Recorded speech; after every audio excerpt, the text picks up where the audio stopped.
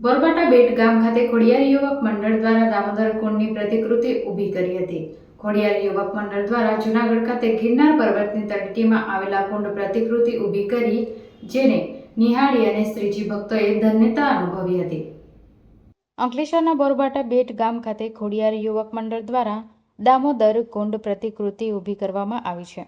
દામોદર કુંડ ગુજરાત રાજ્યના સૌરાષ્ટ્ર પ્રદેશમાં આવેલા જૂનાગઢ ખાતે ગિરનાર પર્વતની તળેટીમાં આવેલ કુંડ છે.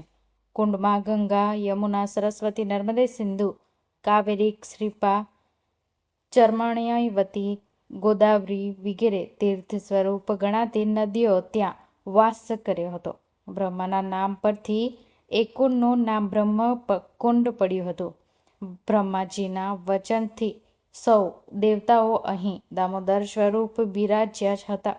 તીર્થ દામોદર નામે પ્રસિદ્ધ છે. જે કુંડનું નિર્માણ કરવામાં આવ્યું છે, તેમજ અહીં શ્રીજી કુંડ કિનારે ઝૂલા ઉપર બિરાજમાન છે, જે નિહાળી શ્રીજી ભક્તો ધન્યતા અનુભવી રહ્યા છે.